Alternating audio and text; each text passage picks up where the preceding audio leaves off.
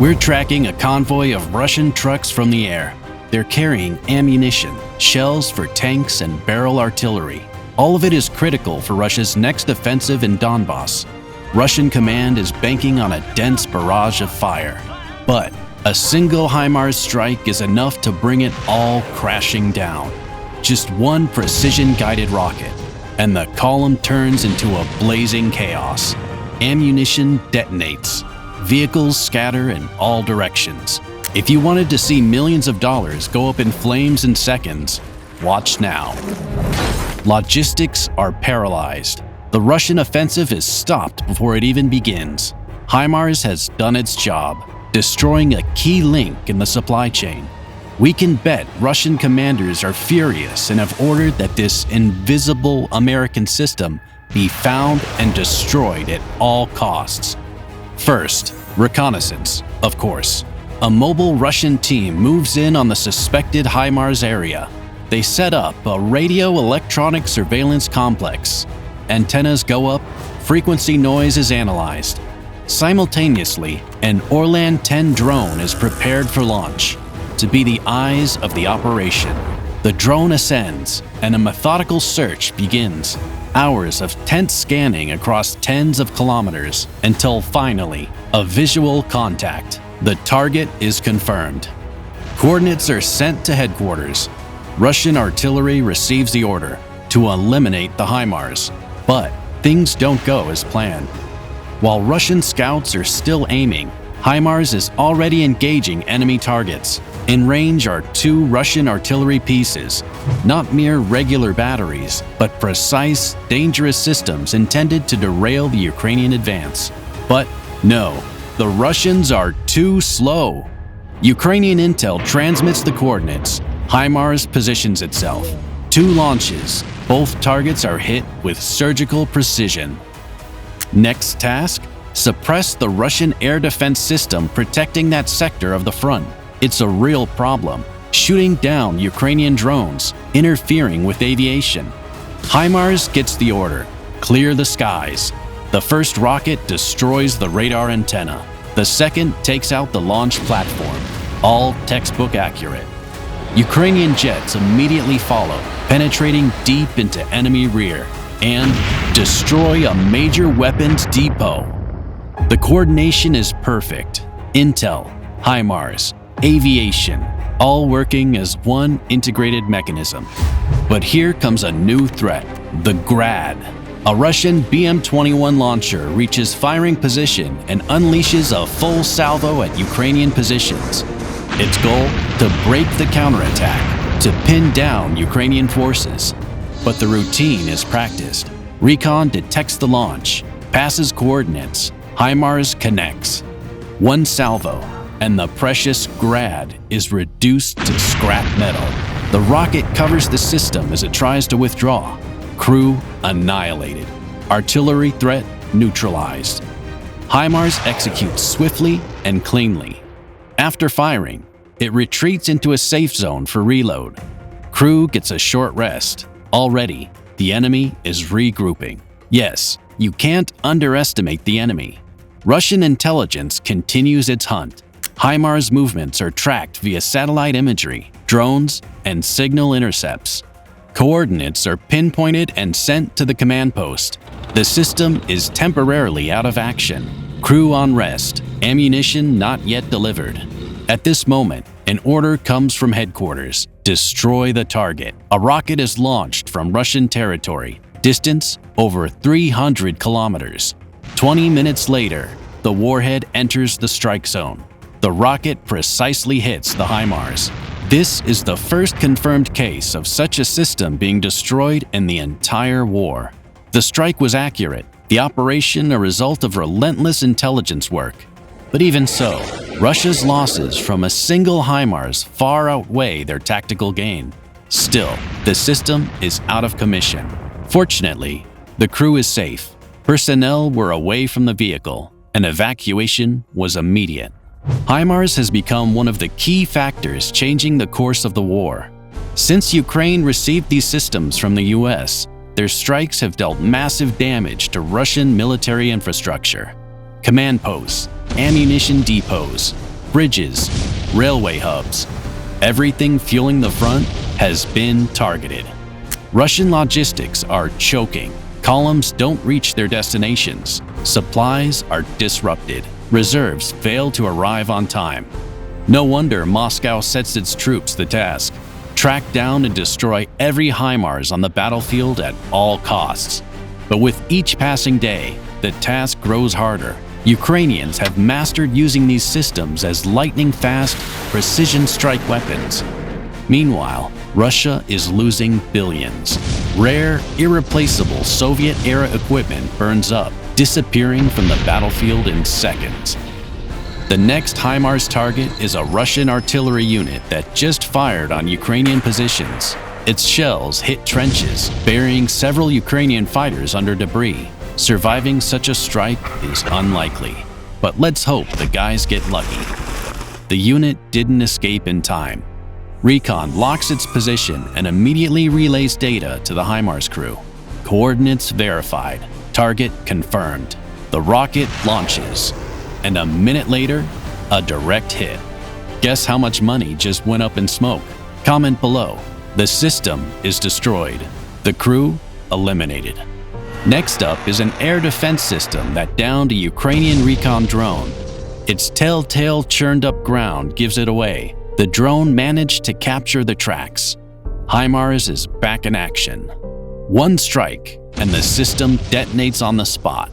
Ammunition and crew are wiped out. Another threat eliminated. Then, a BM-21 Grad.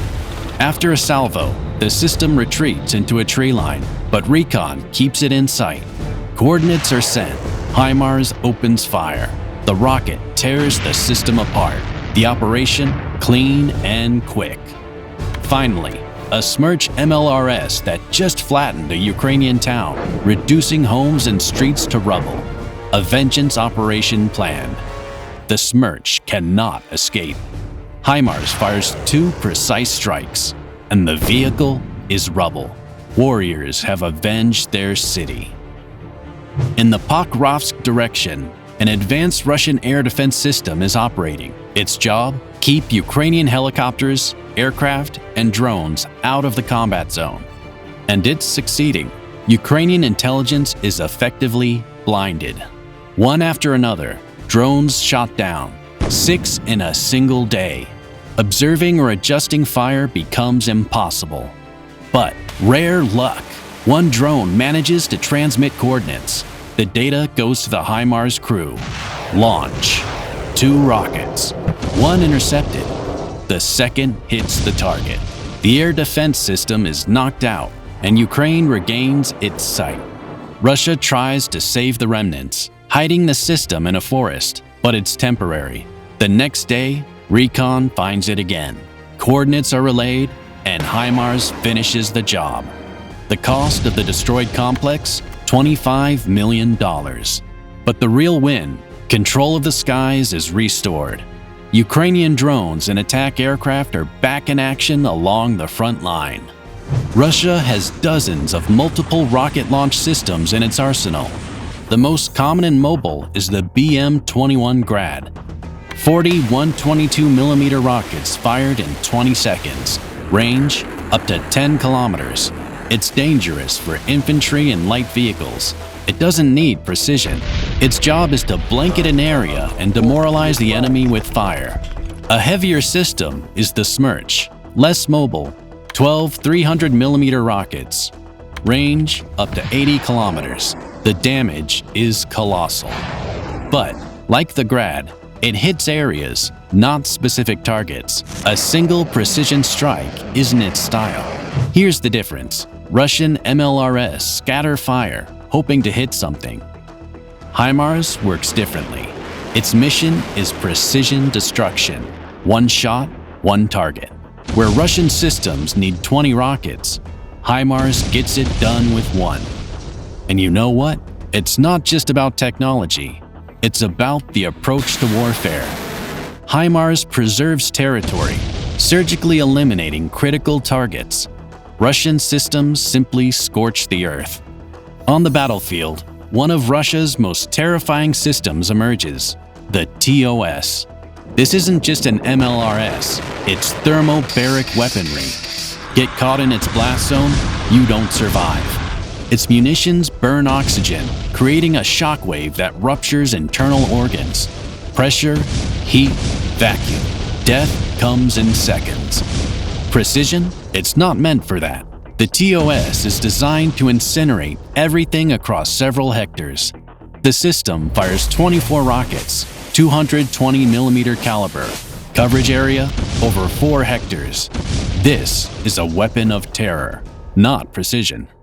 Fortunately, its range is limited, only about 6 kilometers. It operates close to the front line. After a devastating salvo, the TOS tries to withdraw, but its path is already tracked. HIMARS doesn't forgive.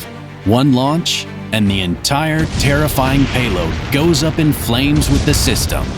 On the screen, a shockwave ripping through the forest. The target's value? At least $5 million. The price of justice? One precisely aimed strike. Sword versus flamethrower. HIMARS wins again. Ukraine has mastered deception, a tactic sometimes more potent than force and numbers. Check this out. That HIMARS? Not real.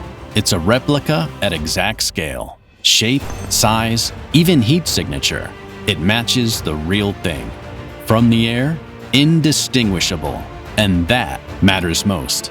Russia takes the bait, one after another, strikes on plywood replicas. Each decoy draws a rocket worth millions. A fake complex, costing maybe $10,000 at most, lures out a $3 million ballistic missile. How's that for a swap rate? Ukrainians ramp up production. Decoys, heat generators, simulated movements. The mind game works. But it can go the other way too. A Russian drone spots a HIMARS standing openly, unmasked. The crew is confident. Russian artillery systems can't reach them. A mistake, and it will be fatal. Russia deploys an Iskander Operational Tactical Complex, SS-26 Stone. Range, up to 500 kilometers. The launch comes from deep within Russian territory. Minutes later, a cluster warhead opens over the system. Submunitions blanket the area, detonating the HIMARS ammunition. The vehicle is torn apart. The crew is killed. This is a heavy loss. Masking protocols, safety features, standard procedures, all ignored. The result? Paid in blood. War doesn't forgive overconfidence. Even the most mobile, precise system becomes a target if left unprotected. The destruction of a HIMARS raises the question, is the Iskander the killer of the American system? No. It's true that the SS-26 Stone is a formidable weapon. Its range, power, and accuracy command respect. But there's a catch. It's sluggish. After firing, it stays put, vulnerable, detected, destroyed. In maneuver warfare, that's a death sentence. Thus, Iskanders are used deep behind lines for strategic strikes, not frontline battle. HIMARS is the opposite. Mobile, flexible, focused on a specific target. 6 guided rockets in a single salvo, or 1 long-range heavy projectile for deeper strikes. It moves into position, strikes, and vanishes before the enemy can react. Russia bets on firepower and area strikes. Ukraine on precision, speed, and battlefield intelligence. Every HIMARS shot isn't just a destroyed target, it's a signal.